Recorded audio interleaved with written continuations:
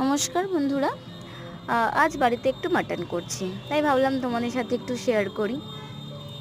ফার্স্টে মাংসটাকে ভালো করে ধুয়ে আমি আদা রসুন কাঁচা লঙ্কা যে পেস্টটা করে রেখেছিলাম সেই পেস্টটা দিলাম, নুন 2 চামচ, হলুদ 2 চামচ, 1 চামচ লঙ্কার গুঁড়ো, একটু সর্ষের তেল, 2 চামচ টক দই দিলাম।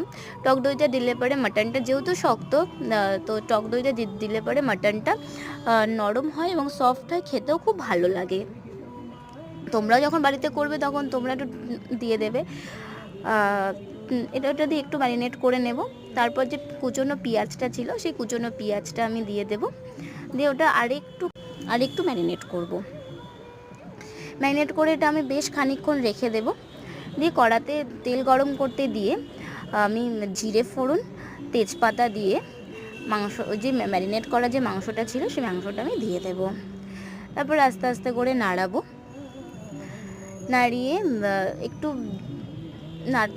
নাড়ানো হয়ে গেলে কড়াতে যখন জলটা ছেড়ে আসবে সেই ইয়েতে টমেটোটা দিয়ে দেব। মাঝখানে আমি এটা স্কিপ করে গেছিলাম, সেটা হলো চিনি, সো সেটা এখন আমি দিয়ে দিলাম।